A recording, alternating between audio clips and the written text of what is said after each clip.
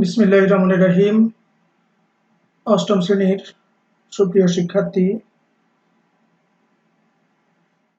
নিশ্চয়ই তোমরা ভালো আছো, সুস্থ আছো এই প্রত্যাশায় আমাদের পূর্ব নির্ধারিত রুটিন অনুযায়ী আজকের ভার্চুয়াল ক্লাস শুরু করতে যাচ্ছি। ইতিমধ্যে তোমরা হয়তোবা জেনে গেছো করোনার ভয়াবহতা বৃদ্ধি পাওয়ায় সরকার হয়তো যে পূর্ব নির্ধারিত সময় অনুযায়ী তোমাদের জেএসসি পরীক্ষা হওয়ার কথা সেটি হয়তো নাও নিতে পারে। তারপরেও আমাদেরকে পড়ালেখা বিমুখ হলে চলবে না। যে কোনো সময় যদি আবার সিদ্ধান্ত হয় পরীক্ষা নেওয়ার, আমাদেরকে পরীক্ষা দিতে হবে। পরীক্ষা দিয়েই তোমাদেরকে পরবর্তী শ্রেণীতে হয়তো উন্নীত হতে হবে। অতএব লেখাপড়া থেকে একদম দূরে থাকা চলবে না, তোমাদেরকে লেখাপড়ায় মনোনিবেশ করতে হবে। যাই হোক, আমরা আমাদের আজকের ক্লাসের পরবর্তী কার্যক্রমের দিকে আমরা যাব। সবাই মনোযোগ দিয়ে ক্লাসটি দেখবে।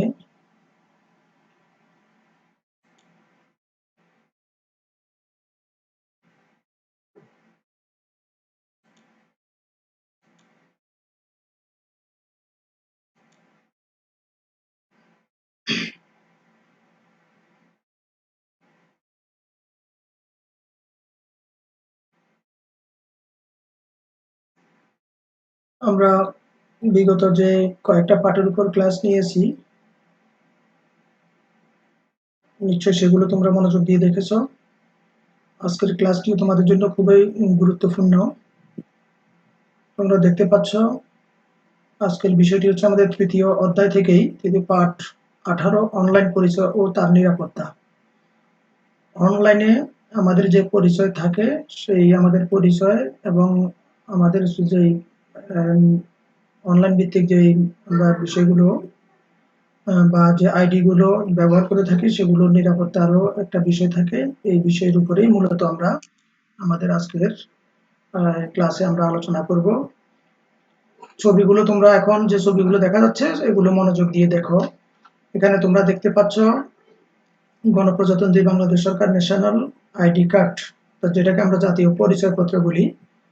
আমাদের পরিচয়পত্র এখানে তোমরা দেখতেছো।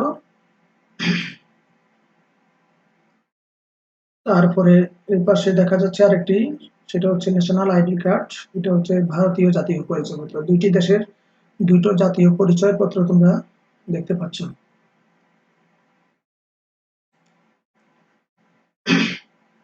আমাদের আজকের পাঠের বিষয় হচ্ছে অনলাইন পরিচয় ও তার নিরাপত্তা।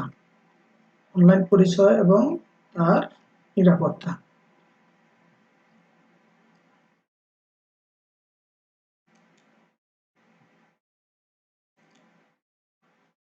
এই পাঠ শেষে শিক্ষার্থীরা যেসব বিষয়গুলো তোমরা করতে পারবে বা জানতে পারবে সেটি হচ্ছে অনলাইন পরিচয় কি সেটি বলতে পারবে, কম্পিউটার হ্যাকিং সম্পর্কে ব্যাখ্যা করতে পারবে, অনলাইন গোপনীয়তা রক্ষার কয়েকটি টিপস উল্লেখ করতে পারবে, কম্পিউটার হ্যাকারদের বিভিন্ন দল সম্পর্কে বর্ণনা করতে পারবে। এই কাজগুলো তোমরা আশা করি এই পাঠটি মনোযোগ দিয়ে দেখলে তোমরা এই কাজগুলো ইনশাআল্লাহ করতে পারবে।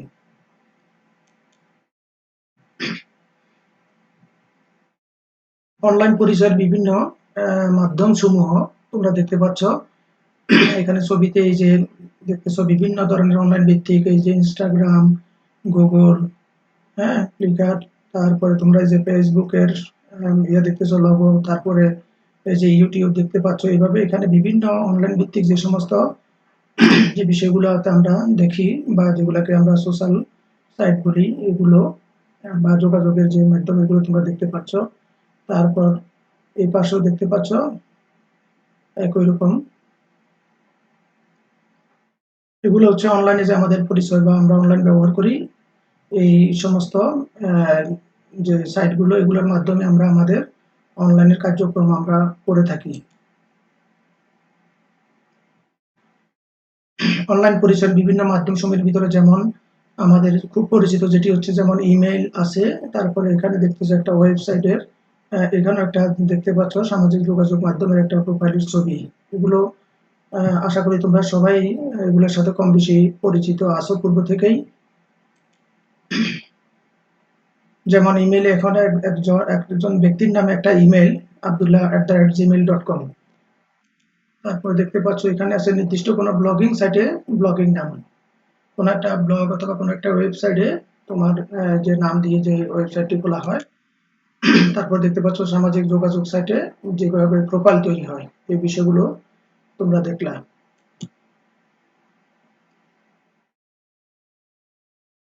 তো এই যে এতক্ষণ আমরা বিভিন্ন যোগাযোগ মাধ্যম বা ওয়েবসাইটের কথা বললাম, বিভিন্ন জায়গায় আমাদের যে পরিচয়ের কথা বললাম, এখানে যে আমাদের আইডি অথবা আমাদের যে পরিচয় আম যে ডিজিগনেশন আমরা ব্যবহার করি, সেটার সাথে, সাথে প্রত্যেকটা আইডির সাথে আমাদেরকে পাসওয়ার্ড দিতে হয়। তো এই পাসওয়ার্ডের গোপনীয়তা রক্ষার একটা বিষয় থাকে। যদি আমরা সঠিকভাবে পাসওয়ার্ড না দিই, সেক্ষেত্রে দেখা যাবে যে আমার আইডিটি অন্য কেউ হ্যাক করে ফেলল। হুম? তখন সে সেখান থেকে নানাবিধ অপরাধ সংগঠিত করে। ইতিমধ্যে তোমরা দেখেছ যে Facebook আইডি হ্যাক করে, হ্যাঁ? তোমার আইডি থেকে বা একজনের আইডি থেকে অন্যজনের কাছে মেসেজ পাঠানো হয়, টাকা চাওয়া হয়। বিকাশ অ্যাকাউন্ট হ্যাক করে বিকাশ অ্যাকাউন্ট থেকে টাকা নিয়ে যাওয়া হয়। তারপরে যেকোনো ব্যাংক যে আমাদের যে আমাদের ব্যাংকের যে আমরা কার্ড ব্যবহার করি, যেটাকে আমরা তোমার এই যে কি বলে এই এটিএম কার্ড অথবা মাস্টার কার্ড যেগুলো আছে, এগুলো অনেক সময় হ্যাক করে হ্যাকাররা ডুপ্লিকেট কার্ড তৈরি করে এগুলো দিয়ে ব্যাংক থেকে টাকা উঠিয়ে নিয়ে যায়। তাহলে এই পাসওয়ার্ডটি খুবই গুরুত্বপূর্ণ বিষয়।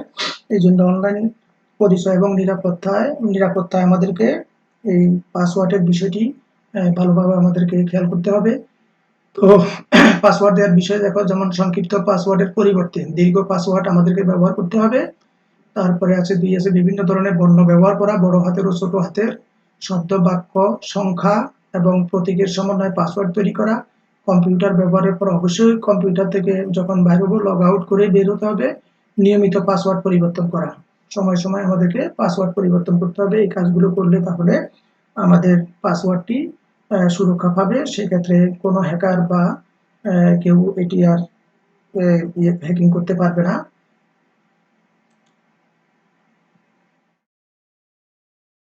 তাহলে আমরা দেখতেছি এখানে তোমাদের জন্য একটু কাজ। অনলাইন পরিচয়ের ২ টি মাধ্যমের নাম।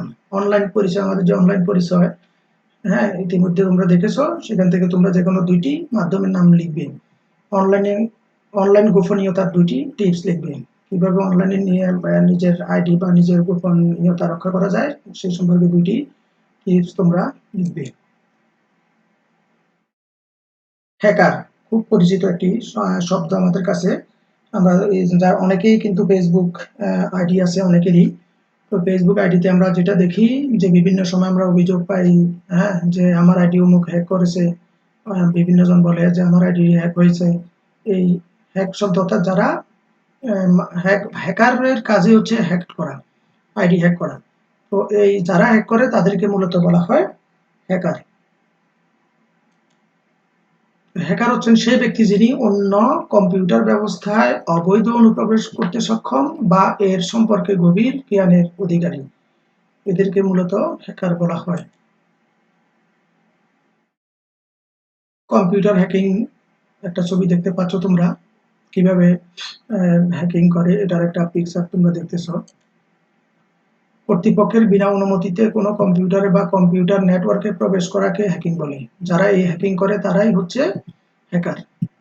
তাহলে কর্তৃপক্ষের অনুমতি ছাড়া কোনো কম্পিউটার বা কম্পিউটার নেটওয়ার্কে প্রবেশ করাটাই হচ্ছে হ্যাকিং। আর এই কাজটি যারা করে তাদেরকে মূলত বলা হয় হ্যাকার। তো আমরা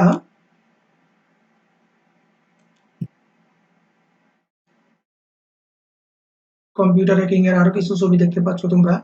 এই যে আমি আগেই বলেছি, ব্যাংক থেকে তারা হ্যাকাররা নকল কার্ড তৈরি করে তারা টাকা উঠিয়ে নিয়ে যায়। বিকাশ থেকে তোমার আইডি হ্যাক করে হ্যাঁ, টাকা নিয়ে যায় বা কম্পিউটার থেকে কারো ওয়েবসাইটে প্রবেশ করে সেখান থেকে গুরুত্বপূর্ণ ডকুমেন্ট যেগুলো আছে ফাইল সেগুলো তারা তাদের কবজায় নিয়ে যায়। নিয়ে পরবর্তীতে অ্যাম যে যাকে হ্যাক করে তাকে বেকায়দায় ফেলার জন্য তারা এই কাজগুলো করে অথবা তার থেকে হ্যাঁ, এই তথ্যগুলো নিয়ে পরে তার থেকে অ্যাম টাকা আদায় করে বিভিন্ন রকমের অপরাধ তারা করে থাকে। মূলত যারা খারাপ হ্যাকার তারা এই কাজগুলো করে।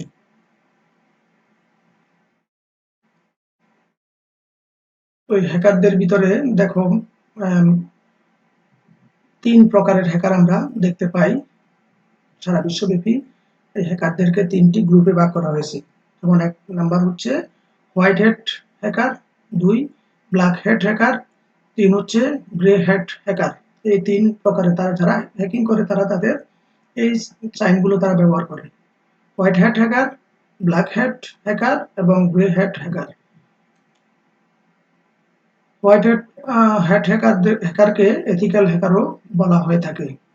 হোয়াইট হ্যাট হ্যাকার যারা তাদেরকে এথিক্যাল হ্যাকারও সাধারণত বলা হয়ে থাকে।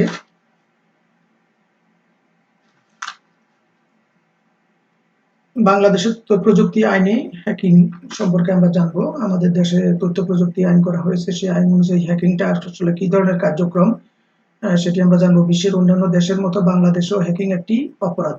এই হ্যাকিংটা সম্পূর্ণরূপে একটি অপরাধমূলক কাজ। তথ্য ও যোগাযোগ প্রযুক্তি আইন ২০০৬ যেটা সংশোধিত হয় ২০০৯ সালে, সেই অনুসারে হ্যাকিং এর জন্য ৩ থেকে ৭ বছর কারাদণ্ডের বিধান রয়েছে। অতএব যারা শখের বশে ওই হ্যাকিং এর কাজটি করতে চাও বা আমরা বিভিন্ন সময় দেখে থাকি অনেকে এই কাজটি করে। আমরা সামাজিক যোগাযোগ মাধ্যমে অনেকের সাক্ষাৎকার দেখেছি। তারা শখের বশে করতে গিয়ে পরবর্তীতে দেখা গেছে অনেক বড় অপরাধের সাথে জড়িয়ে পড়ে। তো যেটার জন্য নিজের পুরো লাইফটাই শেষ পর্যন্ত কি বরবাদ হয়ে যায়। অতএব এই শখের বশে কেউ এই কাজটি করা যাবে না। আর কেউ করলে এটার জন্য আমাদের দেশের আইন অনুযায়ী ৩ থেকে ৭ বছরের তাকে কারাদণ্ড অর্থাৎ তাকে শাস্তি ভোগ করতে হবে, জেলখানার মধ্যে থাকতে হবে। অনলাইন পরিচয়ের বিভিন্ন মাধ্যম ব্যবহারের সুবিধা ও নিরাপত্তা। অনলাইনের ভিতরে আমাদের জন্য সবচেয়ে আমরা গুরুত্বপূর্ণ যেটা ইমেইল, এটি আমাদের জন্য গুরুত্বপূর্ণ। ব্লগ, তারপর সামাজিক যোগাযোগ সাইট যেগুলো আমরা বলি ফেসবুক, টুইটার, ইউটিউব ইত্যাদি। তারপরে কম্পিউটার হ্যাকিং আছে, হ্যাকারদের সম্পর্কে বর্ণনা। এই সবগুলো এখানে যে ৫টি কাজের কথা বলা হচ্ছে, ৫টি দলেই করার কথা বলা হয়েছে। তো এই প্রত্যেকটারই তোমরা বাসায় বসে তোমাদেরকে এগুলার সুবিধা এবং নিরাপত্তার বিষয়ে কিছু তোমরা খাতায় নোট করবে, নিজেরা লিখবে। একজন ব্যক্তির অনলাইন পরিচিতি কতটি বিষয়ের উপর নির্ভরশীল? দেখি এই প্রশ্নটির উত্তর কে করতে পারো। একজন ব্যক্তির অনলাইন পরিচিতি কতটি বিষয়ের উপর নির্ভরশীল? আমরা যদি ধরে নিই উত্তর ক, কতে আমরা টিক দিয়ে দেখি। আমাদেরকে বলল যে আবার চেষ্টা করো। তার মানে আমাদের এই উত্তরটি সঠিক হয়নি। আমরা যদি বলি যে উত্তর খ, আমাদেরকে বলা হলো আবারও চেষ্টা করো। তার মানে এই উত্তরটিও সঠিক না। আমরা যদি বলি ৩, গ নাম্বার উত্তর, আমাদেরকে বলা হয়েছে উত্তরটি সঠিক হয়েছে। তার মানে একজন ব্যক্তির অনলাইন পরিচিতি ৩টি বিষয়ের উপরে নির্ভরশীল। পাসওয়ার্ড কেমন হওয়া উচিত? যদি উত্তর ক হয় তাহলে আমরা দেখতে পাচ্ছি আবার চেষ্টা করতে বলা হয়েছে, অতএব উত্তর সঠিক হয়নি। যদি বলি সহজ, আমাদেরকে বলা হচ্ছে আবার চেষ্টা করতে, এটিও সঠিক নয়। যদি বলি জটিল, আমাদেরকে বলছে উত্তর সঠিক হয়েছে। তার মানে হচ্ছে পাসওয়ার্ড জটিল হতে হবে। পাসওয়ার্ড জটিল হতে হবে।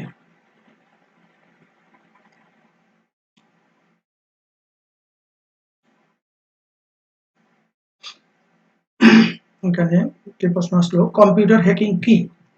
কম্পিউটার হ্যাকিং কি এটি তোমরা লিখবে। হ্যাকার সাধারণত কত প্রকার ও কি কি? অবশ্যই একটু আগে তোমরা জেনেছো কয়েক প্রকারের হ্যাকার সাধারণত আছে। বাংলাদেশে তথ্য প্রযুক্তি আইন সংশোধিত হয় কবে? এটি তোমরা দেখেছো, এগুলো তোমরা খাতায় লিখবে। কম্পিউটার হ্যাকিং এর জন্য কি শাস্তির বিধান রয়েছে? এটা আমাদের দেশের জন্যে কি ধরনের শাস্তির বিধান রয়েছে এটিও তোমরা আশা করি এই ৪ টি প্রশ্ন এখানে দেখেছো, ৪ টি প্রশ্নের উত্তরে তোমরা লিখতে পারবে।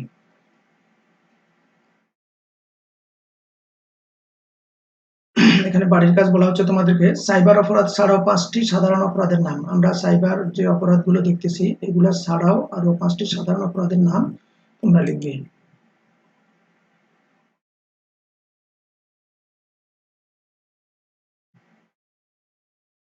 তো তোমাদের সবাইকে ধন্যবাদ। তোমরা তোমাদের টেক্সট বই থেকে তো আমাদের এই ৩য় অধ্যায়ের ১৮তম পাঠের অনলাইন পরিচয় নিরাপত্তা এটি একটু তোমরা টেক্সট বই থেকে আরেকটু পড়ে নিবে এবং আজকে ক্লাস যেটি করলাম সেটা থেকে তোমরা মোটামুটি অনলাইন পরিচয় এবং অনলাইনে আমাদের পরিচয়ের যে নিরাপত্তা, অনলাইন পরিচয় বলতে আমাদের যে আইডিটা আমরা বলি, যে কোনো জায়গায় আমরা ইমেল ব্যবহার করতে গেলে, ফেসবুক ব্যবহার করতে গেলে, টুইটার ব্যবহার আমরা যেটাই ব্যবহার করতে চাই সেখানে আমাদেরকে আইডি এবং পাসওয়ার্ড, আইডিটাই হচ্ছে আমাদের পরিচয়, একজন ইউজারের পরিচয় আর তার নিরাপত্তার জন্য হচ্ছে পাসওয়ার্ড। এই দুটো সম্পর্কে তোমরা জেনেছো। আশা করি তোমরা এই পাঠের উপর যে কোনো প্রশ্ন আসলে আনসার দিতে সক্ষম হবে। পরিশেষে আবারও সবাইকে ধন্যবাদ জানিয়ে আজকের মতো ক্লাস এখানে শেষ করলাম। আসসালামু আলাইকুম।